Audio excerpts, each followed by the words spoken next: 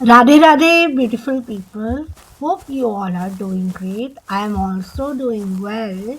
So, in our last verse, that is verse number 25, why Arjuna was addressed as Partha by Lord Krishna. So, give your answer in the comment box, and those answers which I found are correct, I will those pin those answers and reward you. So let's start further. According to chapter 1, verse 26, then saw Partha stationed there in both the armies, fathers and grandfathers, teachers, maternal uncles, brothers, sons, grandsons, and friends too. On the battlefield, Arjuna could see all kinds of relatives. He could see persons like Bhurishwaha, who were his father's contemporaries, grandfathers Bhishma and Somadatta.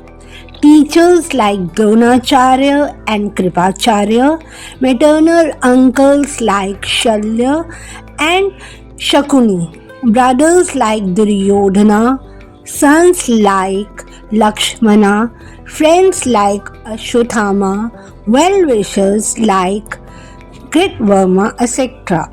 He could see also the armies which contained many of his friends. So let me explain it one by one. So in the battlefield, Arjuna could see all his relatives. All of his relatives were there in the opposite side as well as his in own army. So first of all, he saw father-like figures like Bhurishwaha. Bhurishwaha was the king of Kuru's dynasty who was further killed by Sartike. Another relation is grandfathers like Bhishma Pitama, and Somadatta. Somadatta was the father of Bhurishwaha, so he was like the grandfather, and he was also killed by Sartike. And there were teachers like Dronacharya and Kripacharya who taught him the tactics of army. And there were maternal uncles like Shalya and Shakunu.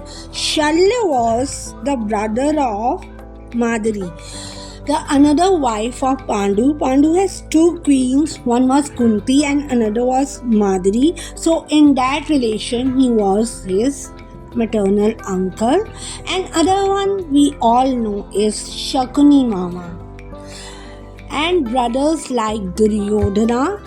And Duryodhana was the son of Dhritarashtra, so he was his chacha's son. And sons like Lakshmana. Lakshmana was the son of Duryodhana. So in that case, he was his nephew. And he was further killed by Arjuna's son Abhimanyu. And there were friends like Ashwatthama and Kritvarma. And another name was Kritvarma was his well-wisher. But he chose the opponent army. And there were a lot of friends who were in the opponent army. So this was the whole thing which was actually disturbing Arjuna. And there were a lot of friends who were in the opponent. And another name here was Jadarath. So Jadarath was also present in Draupadi's Swayamvar. So Jadarath has a boon that who makes his head touch the ground in the war. So his head will cut into 100 pieces. Another boon by Lord Shiva was that he nobody can defeat him except Arjuna. Not another. Arjun was the only Pandav among all who can defeat him, Jadarath. So Arjun defeated Jadarath, intelligently shot the arrow and put his head off far away. But that head went into the lap of his father, and his father was doing meditation. So without realizing whose head was it, father removed his head and that touched the ground, and his father's head was burst into 100 pieces. So we got a very good lesson from it. As just studied here that Krit Verma was his well-wisher, but he joins Duryodhana army. So here it comes that nothing is permanent on this earth. Everybody changes his position or its relation time to time according to need. We are not permanent on this earth. Either we exist here or we exist in the form of a body. So nobody, no relation, nothing else will going to stay here for the long time. It always shift the position. So the only relation which will remain always with us is that of Krishna. That relation is permanent in our life as well as in our other life. Either we are here or either we have left our body. So he is in our heart and real well-wisher of everyone. He will be always with us in the birth and after we leave our body.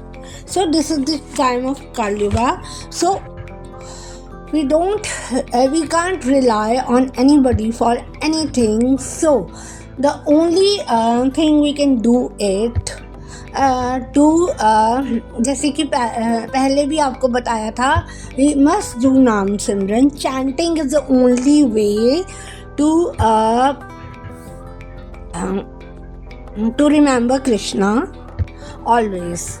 So there is a mantra, Hare Krishna, Hare Krishna, Hare Krishna, Hare Hare, Hare Ram, Ram Ram, Hare Hare. This is the only mantra which can keep us near to Krishna.